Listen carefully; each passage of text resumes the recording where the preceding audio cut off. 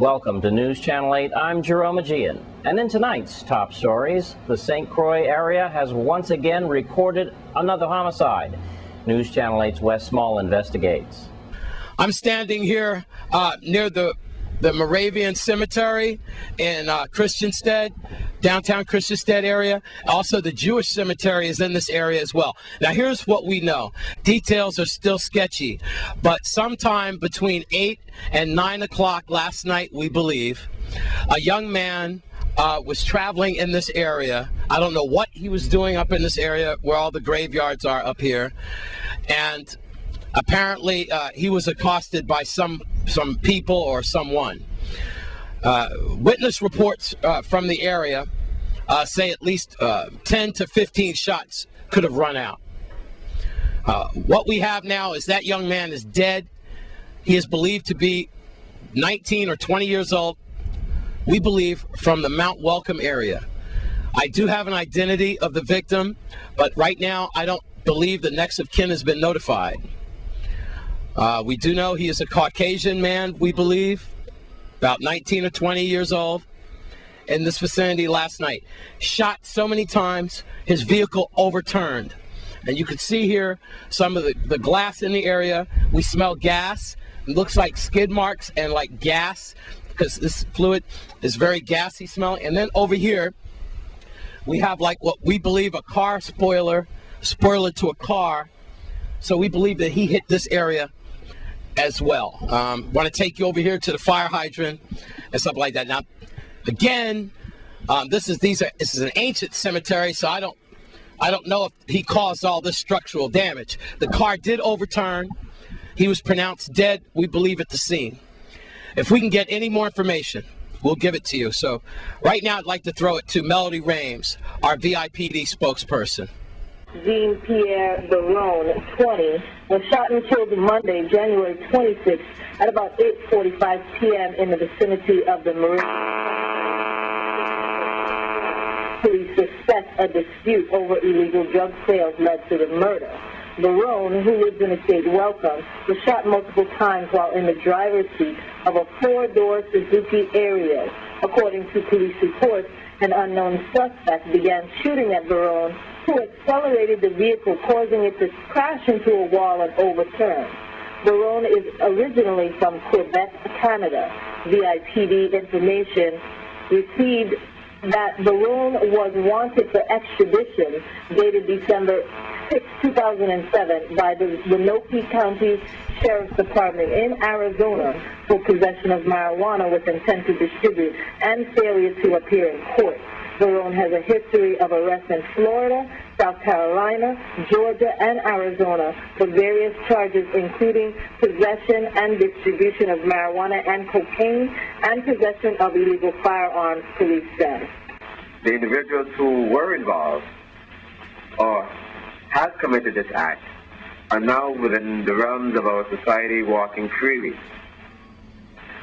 The individuals or are individuals living in the area who may have been or could have been subjected to gunfire as well, not taking into consideration the safety of anyone except the illegal sale of drugs, a profit which results in only money transaction and death for a lot of people and the disruption of other individuals' households.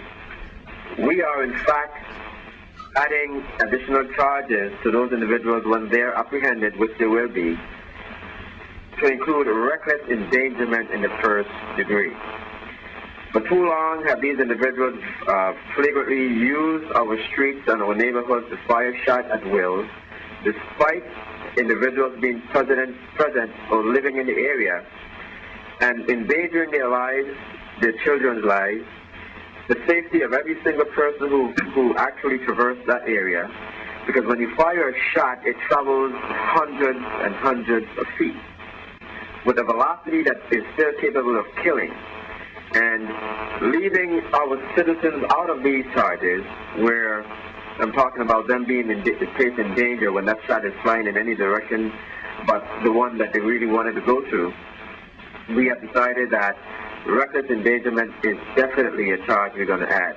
And what that entails is that if there is more than one person, if there's 5, if there's 10, if there's 100, that persons or those perpetrators will be charged individually for every single person who may have been injured. That means that not only looking at life for murder, you're looking at subsequent charges that would augment to more than life in more ways than one. I can assure the community that standing fast for the next several days to come, that a lot will be done on this island, that a lot of people will be brought to justice, that this community has cried out long enough, hard enough, and they are standing up strong enough, firm enough for us to bring these people to justice, where they will be removed from this community, this society of respect and dignity, and placed into an environment in which they have chosen the path to walk. Also, in other crime news, discharging of shots in the Mutual Homes area, again in Grove last night. Also, discharging of shots in the Harbor View area last night as well. News Channel 8 has received numerous calls about those. So what's going on with that, like I said, is that we are not leaving any stones unturned when individuals take it upon themselves to fire shots in neighborhoods or any neighborhood, whether it's a housing community or residential. Last night there was discharges of shots in the Harbor View area where officers responded, and of course, realizing that we're not leaving anything untouched, officers picked up an individual, pursuant to an investigation, of allegations of reference to discharging a shot, and that investigation is ongoing, where arrest will be subsequent, post-haste. Where are the automatic weapons coming from? We can't tell you, but we certainly can tell you that its problem is not exclusively on St. Croix. Over the weekend in Miami, in Liberty City, they had the same problem. AK-47s, automatic weapons, leaving at least 2 people dead and around 9 or 10 injured in just one assault in one neighborhood, one incident. So I got to tell you that this is an ongoing problem, not only locally, but also nationally as well. To repeat, we've got one young man dead. We believe he's of Caucasian descent. Next of kin at this time, not identified the body. We do have a name, but I'm not going to release that name at this time. If you know anything about this homicide, you should call 778-2211 or 911.